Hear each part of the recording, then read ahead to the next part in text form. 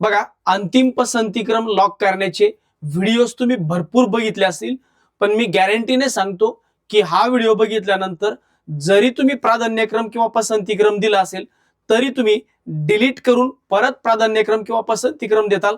त्याच्या मागचं कारण असं आहे की या व्हिडिओच्या माध्यमातून मी तुम्हाला अशा काही गोष्टी सांगणार आहेत जे तुम्ही आतापर्यंत कुठल्याही व्हिडिओमध्ये पाहिलेलं नाहीयेत.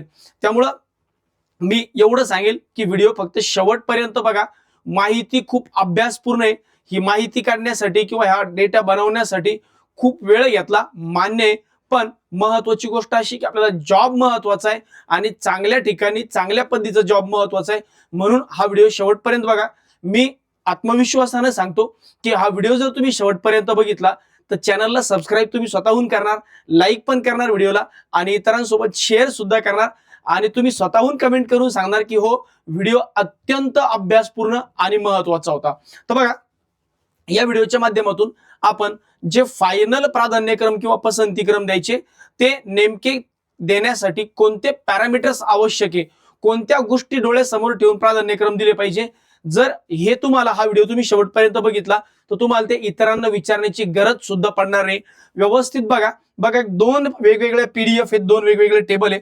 मी अगोदरही सांगितलं होतं हा अभ्यासक्रम अभ्यासपूर्ण डेटा जो आहे हा जेव्हा मी तुम्हाला देतोय किंवा तुम्हाला जर पाहिजे असेल तर मी अगोदरही सांगितलं की तुम्ही काय करायचंय, तुम्ही ई सारथी टीईटी बघा, ई सारथी टीईटी आहे हा ज्या पीडीएफ मी तुम्हाला एक्सप्लेन करतोय, ई सारथी टीईटी आणि टीएआयटी या टेलिग्राम चॅनलवरून तुम्ही ऍक्सेस करू शकता. ज्या व्हिडिओची लिंक जी आहे, या व्हिडिओची लिंक ई सारथी टीईटी टीएआयटी या चॅनलची लिंक जी आहे व्हिडिओच्या डिस्क्रिप्शन बॉक्स मध्ये सुद्धा अवेलेबल आहे, तिथून तुम्ही घेऊ शकता. आता महत्वाचा मुद्दा असा येतो की टेबल बघा. हा पहिला जो टेबल आहे हा टेबल देण्यामागचं काय रिझन आहे बघा. सगळ्यात पहिले आपल्याकडे विदाऊट इंटरव्ह्यू कोणत्या कोणत्या गोष्टी आहेत. विदाऊट इंटरव्ह्यू आपल्याकडे महानगरपालिकेची शाळा आहेत, जिल्हा परिषदेची शाळा आहेत, नगर परिषद नगरपालिकांची शाळा आहेत, खासगी अनुदानित शाळा आहेत, आदिवासी विभाग आहे आणि शासकीय विद्यानिकेतन. तर एवढे प्राधान्यक्रम आपण देऊ शकतो किंवा तुमच्या ज्या प्रोफाईलला आहेत एवढे प्राधान्यक्रम जनरेट झाले असतील. मग याच्यातलं नेमकं कोणकोणते पॅरामीटर्स महत्वाचे आणि कशा कशा पद्धतीने द्यायचे. तर बघा, तुम्हाला चांगल्या ठिकाणी राहायचंय, चांगल्या ठिकाणी म्हणजे शहरामध्ये राहायचंय, मोठी शहरं तर महानगरपालिका बघा. इकडे निकष काय प्राधान्यक्रम देताना मी कुठले निकष लक्षात घेतले पाहिजे किंवा कुठले पॅरामीटर्स लक्षात घेतले पाहिजे. तर जर मला मोठ्या शहरात जायचंय, मुंबई, पुणे, नाशिक, ठाणे अशा शहरात जायचंय तर मी महानगरपालिकेच्या शाळांना प्राधान्यक्रम देईल. बघा, जर मला गाव खेड्यात जायचंय तर मी जिल्हा परिषदेकडे जाईल. मी लहान शहर तालुका प्लेसेसला जायचं असेल तर मी नगर परिषद पहिल्यांदा देईल. खासगी अनुदानित शाळा गावात पण आहे, खेड्यात पण आहे आणि शहरात पण आहे, मोठ्या शहरात, मध्यम शहरात, तर या खासगी अनुदानित. त्यानंतर दुर्गम आदिवासी विभागात आदिवासी आश्रम शाळा आहेत आणि स्पेसिफिक मला कुठेही ट्रान्सफर नको, एकदा माझं सिलेक्शन झालं की आयुष्यभर मी एकाच ठिकाणी असलो पाहिजे, तर मग शासकीय विद्यानिकेतन. दुसरा पॅरामीटर आहे जीवनमान. माझं जीवनमान खूप चांगल्या पद्धतीने असलं पाहिजे, माझी मुलं चांगल्या शाळेत शिकले पाहिजे, शहरात मला राहायला आवडतं. तर बघा, या महानगरपालिकेच्या सर्वाधिक शाळा ज्या आहेत या शहरी भागात आहे आणि शहरी भागात तुम्हाला चांगलं जीवनमान जगता येईल, मग त्या केसमध्ये तुम्ही महानगरपालिका. त्यानंतर इथं जीवनमान तेवढं चांगलं नाही कारण ग्रामीण भागांमध्ये शाळा आहे. नगर परिषदेमध्ये मध्यम जीवनमान, शहरानुसार बदलतं खासगी अनुदानित संस्थांमध्ये कारण ट्रान्सफर होत राहू शकते. सर्वात कमी आदिवासी विभाग. आदिवासी विभाग म्हणजे ट्रायबल डिपार्टमेंटमध्ये जर तुम्हाला जायचंय किंवा ट्रायबल एरियामध्ये जर तुम्हाला जायचंय मग तुम्ही तिथं तुमचं जीवनमान तेवढं चांगलं असेल अशी काही गॅरंटी नाही. आणि शासकीय विद्यानिकेतन मध्यम आहे कारण इन कॅम्पस राहायचंय. वेतन आणि लाभ बघा, आता याच्यामध्ये खूप लोकांना खूप कन्फ्युजन आहे की पगार जो आहे तो नेमका कशा कशा लेवलला मिळतो. बघा, महानगरपालिकेच्या शाळांना सरकारी स्वरूपाची वेतन श्रेणी असते. सरकारी वेतन श्रेणी आहे पण सरकारी स्वरूपाची आहे, पूर्णपणे सरकारी नाही. जसं सरकारची सेम टू सेम त्या पद्धतीने प्लस सोबत सोबत तुमचा हाऊस रेंट अलाउन्सेस सुद्धा मिळतो, राहण्याचा अलाउन्सेस. इथं बघा, सगळ्यात जास्त पगार पूर्ण सरकारी वेतन श्रेणी आणि सर्वाधिक लाभ जर कुठे मिळत असेल तर तो जिल्हा परिषदांना मिळतो. त्यानंतर सरकारी वेतन श्रेणी पण कमी याच्याने राहण्याचे पैसे नाही भेटत.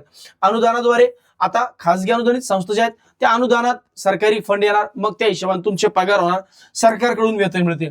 आदिवासी विभागात सरकारी वेतन श्रेणी प्लस आदिवासी क्षेत्र भत्ता, तुम्ही त्या ठिकाणी जाऊन राहतायत तर पगाराच्या हिशोबाने तुम्हाला इथं अजून चांगला पगार मिळेल, कारण त्या क्षेत्राचा आणखी एक्स्ट्रा भत्ता जो आहे तुम्हाला मिळतो.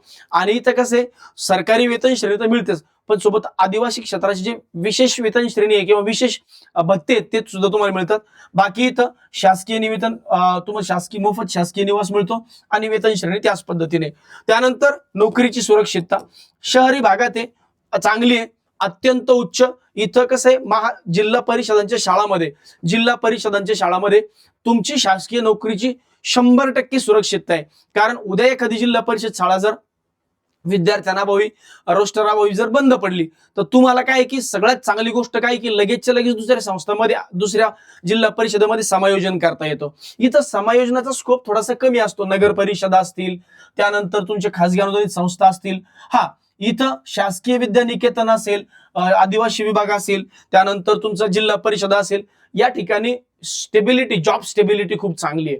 इथं जरी शाळा बंद पडली किंवा शाळेत काही खालीवर झालं तर लगेच तुम्हाला दुसऱ्या शाळेमध्ये अकोमोडेट करता येतं किंवा समायोजन करता येतं.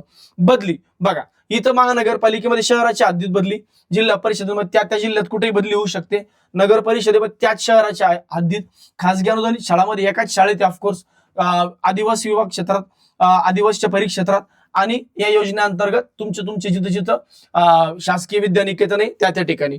त्यानंतर अतिरिक्त कर्तव्य बघा, इथं काही नागरी कर्तव्य आहेत, इथं जिल्हा परिषदच्या लोकांना खूप जास्त आहेत, इथं थोडेसे, इथं सर्वात कमी आहे कुठं, प्रायव्हेटमध्ये. पण प्रायव्हेटमध्ये तुम्हाला हे पण एक संस्था चालक तुम्हाला काय काम लावतील याच्याबद्दल काही गॅरंटी नाही देऊ शकत. इथं निवासी वॉर्डनची कर्तव्य करावं लागतात आणि इथं निवासी कर्तव्य या पद्धतीने. त्यानंतर सगळ्यात शेवटचा सर्वोत्तम कोणासाठी बघा, शहरी जीवनमान ज्यांना जगायचे त्यांनी महानगरपालिकेत जावं. चांगलं करिअर, चांगली ग्रोथ जर तुम्हाला पाहिजे असेल तर चांगलं करिअर, चांगली ग्रोथ जर ग्रोथच्या हिशोबाने सगळ्यात चांगली जर असेल तर जिल्हा परिषद आहे. हे सेकंड टेबलच्या माध्यमातून पण मी तुम्हाला सांगतो. शहरातील जीवनमान मध्यम आहे, कुटुंबाजवळ एकाच ठिकाणी राहणे, आदिवासी विभागात कार्य आणि निवासी अध्यापन, इथे एका ठिकाणी तुम्ही राहिल्यामुळं इथं प्रतिष्ठा पण मोठी आहे. आता दुसरा टेबल पण फार महत्वाचा आहे. हा झाला पहिला टेबल. दुसरा टेबल बघा, टेबल नंबर 2, याच्यात पण खूप डिटेलमध्ये दिलंय बघा. आता याच्यामध्ये जर तुम्ही बघितलं तर सगळ्यात चांगली गोष्ट काय जिल्हा परिषदांमध्ये, की जिल्हा परिषदांमध्ये ही तुम्हाला ग्रोथ खूप चांगली आहे. म्हणजे तुमचा मुद्दा असा आहे की जिल्हा परिषदांमध्ये, एकच मिनिट मला पेन ड्राईव्ह लावू द्या, पेन ड्राईव्ह मध्ये अजून हा टेबल खूप छान पद्धतीने मी एक्सप्लेन केलाय. जिल्हा परिषदांमध्ये जर तुम्हाला सगळ्यात चांगली ग्रोथ म्हणजे तुमचा पुढचं भविष्यातलं जे करिअर आहे त्याच्यात जास्तीत जास्त प्रमोशन पाहिजे, प्रमोशन जाऊन तुम्हाला अजून मोठ्या लेवलला, मोठ्या स्केलेबिलिटीवर जर जायचंय तर मी म्हणेल तुम्ही जिल्हा परिषद पहिलं प्राधान्य दिलं पाहिजे. त्याच्या मागचं कारण पण तुम्हाला सांगतो बघा. हा एक सेकंड टेबल, हा टेबल 2, हा मराठीतून, हा इथं बघा. अरे मराठीवाला ठीक आहे, मी तुम्हाला इंग्लिशमध्ये आहे पण तो मराठीमध्ये सांगतो. जिल्हा परिषदांबद्दल जर सांगायचं झालं तर बघा, आता इथं ओव्हरऑल जर पाहिलं तर जिल्हा परिषदा हा चांगला पर्याय काय, strongest all round growth platform. याच्या मागचं कारण असं आहे की याच्या माध्यमातून तुम्ही पहिले काय बनवू शकता, तुम्ही जिल्हा परिषदेचे मुख्याध्यापक, क्लस्टर हेड, केंद्र प्रमुख, centre head, higher grade principals, extension officer, विस्तार अधिकारी आणि ज्युनियर एज्युकेशन एक्सटेन्शन ऑफिसर्स, अशी सगळ्यात चांगली ग्रोथ. म्हणजेच मला जर माझ्या भविष्यासाठी सगळ्यात चांगली ग्रोथ करायची, भरपूर माझं करिअर स्ट्रॉंग असलं पाहिजे, तर पहिलं प्राधान्य तुम्ही जिल्हा परिषदांना द्या. त्यासाठी थोडंसं शॉर्टमध्ये एक टेबल तुमच्या समोर मांडतोय, याच्या माध्यमातून अजून तुम्हाला जास्त क्लिअरिटी येईल. हे बघा, जर तुम्हाला स्टॅबिलिटी पाहिजे तर स्टॅबिलिटी तुम्हाला जिल्हा परिषदेमध्ये 10 पैकी 9.5 मार्क, ग्रोथसाठी पण 10 पैकी 9.5 मार्क. हा, थोडं खेड्यात राहायचंय तर 10 पैकी 7 मार्क, आणि ओव्हरऑल वेटेड ऍव्हरेज जर स्कोर जर म्हणलं तर मग 9. Best overall for long term career. जर तुम्ही म्युनिसिपल कॉर्पोरेशन निवडलं, स्टेबिलिटी खूप जास्त नाहीये, ग्रोथ थोडीशी कमी आहे. इथं एकमेव पॅरामीटर आहे की राहण्याचं कॉस्ट ऑफ म्हणजे लिव्हिंग ऑफ स्टँडर्ड इथं चांगला असणार आहे, तर हा एक पॅरामीटर आहे. त्यानंतर शासकीय विद्यानिकेतनामध्ये स्टेबिलिटी खूप चांगली, ग्रोथ स्लो आहे. त्यानंतर यांच्या कंपॅरिझन मध्ये स्टँडर्ड ऑफ लिव्हिंग चांगलं, आणि इथं ओव्हरऑल स्कोर थोडासा कमी आहे. ट्रायबल डिपार्टमेंटमध्ये बघा जॉब स्टेबिलिटी खूप चांगली आहे, याच्या कंपॅरिझन मध्ये कमीच आहे, याच्या कंपॅरिझन मध्ये खूप कमी, याच्या कंपॅरिझन मध्ये खूप कमी. नगर परिषदांमध्ये राहण्याचं याच्या कंपॅरिझन मध्ये थोडंसं कमीच आहे, इथं खूप कमी खूप कमी. प्रायव्हेटमध्ये राहण्याचं पण गॅरंटी नाही, ग्रोथ खूपच जास्त स्लो, राहण्याचं पण गॅरंटी नाही, खूप चांगल्या शहरात तुम्ही राहता इथं पण नाही.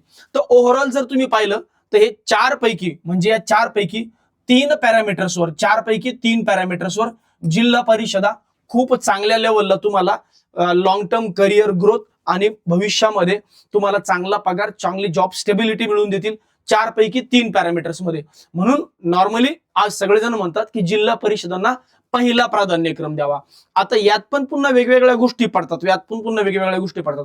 कोणती गोष्ट पडते बघा, सगळ्यात महत्वाची गोष्ट, आता याच्यामध्ये काही उमेदवार असे आहेत की ज्यांना खूप जास्त मार्क आहेत, खूप चांगले मार्क आहेत, 155, 160, 165, 170 पर्यंत मार्क आहेत.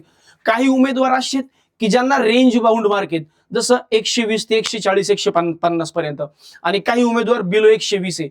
मग असे जे उमेदवार आहेत त्यांनी नेमके प्राधान्यक्रम कसे दिले पाहिजे, आणि ओव्हरऑल शेवटी माझा निर्णय काय असेल किंवा माझं रिकमेंडेशन तुम्हाला काय असेल, तर बघा हे सगळे पीडीएफ तर मी तुम्हाला देणार आहे, बाकी मी शॉर्ट मध्ये तुम्हाला सगळं सांगून दिलं. मग फायनल रिकमेंडेशन माझं काय असेल, फायनल रिकमेंडेशन की जर तुम्हाला ग्रोथ पाहिजे, स्टॅबिलिटी पाहिजे, तर पहिल्यांदा जिल्हा परिषद, नंतर म्युनिसिपल कॉर्पोरेशन, नंतर शासकीय विद्यानिकेतन, नंतर ट्रायबल, नगर परिषद, प्रायव्हेट एडेड सगळ्यात शेवटी. आता recommended default for 20 to 30 year growth म्हणजे काय, जर मला हाय ग्रोथ पाहिजे पुढच्या 20-30 वर्षामध्ये, पण इथं चांगली गोष्ट, ही गोष्ट खूप महत्वाची की इथं तुमचा टेटचा स्कोर जो आहे, टेटचा स्कोर हा पण चांगला असला पाहिजे, हा टेटचा स्कोर पण चांगला असला पाहिजे. आता एखादा व्यक्ती काय म्हणेल की सर मला जॉब स्टेबिलिटी पेक्षा मला ना जॉब सिक्युअर पाहिजे, एकदम माझा जॉब कधीच नाही गेला पाहिजे किंवा एका ठिकाणी असला पाहिजे.